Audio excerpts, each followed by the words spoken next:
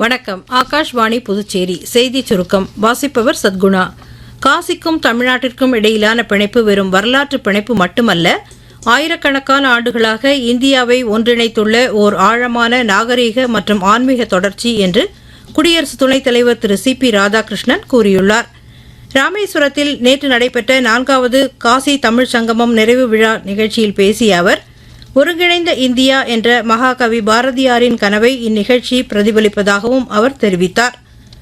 படுக்கை வசதி கொண்ட வந்தே பாரத் ரயிலின் சோதனை ஓட்டம் நேற்று ரயில்வே பாதுகாப்பு ஆணையரால் நடத்தப்பட்டதாக அத்துறைக்கான மத்திய அமைச்சர் திரு அஸ்வினி வைஷ்ணவ் தெரிவித்துள்ளார்.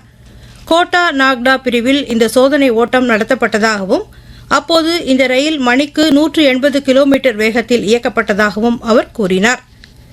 இன்றுடன் முடிவடையும் 2025ஆம் ஆண்டு மக்களின் வாழ்வை எளிதாக்குவதற்கான நிர்வாக சீர்திருத்தங்களின் ஆண்டாகவே திகழ்ந்ததாக மத்திய பணியாளர் துறை இணையமைச்சர் டாக்டர் ஜிதேந்திர சிங் கூறினார்.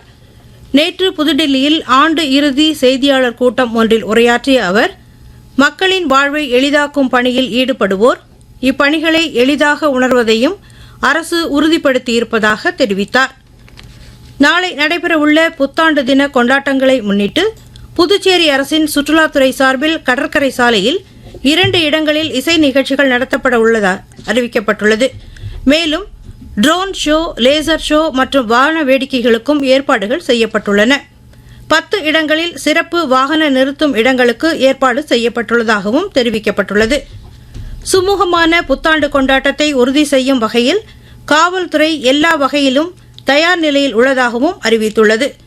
புதுச்சேரி நகராட்சி சார்பில் எடுக்கப்பட்டுள்ள பல்வேறு முன்னெச்சரிக்கை நடவடிக்கைகள் குறித்து ஆணையர் திரு கந்தசாமி நேற்றிரவு அதிகாரிகளுடன் ஆய்வு மேற்கொண்டார். இத்துடன் இந்த செய்திச் சுருக்கம் நிறைவு பெறுகிறது.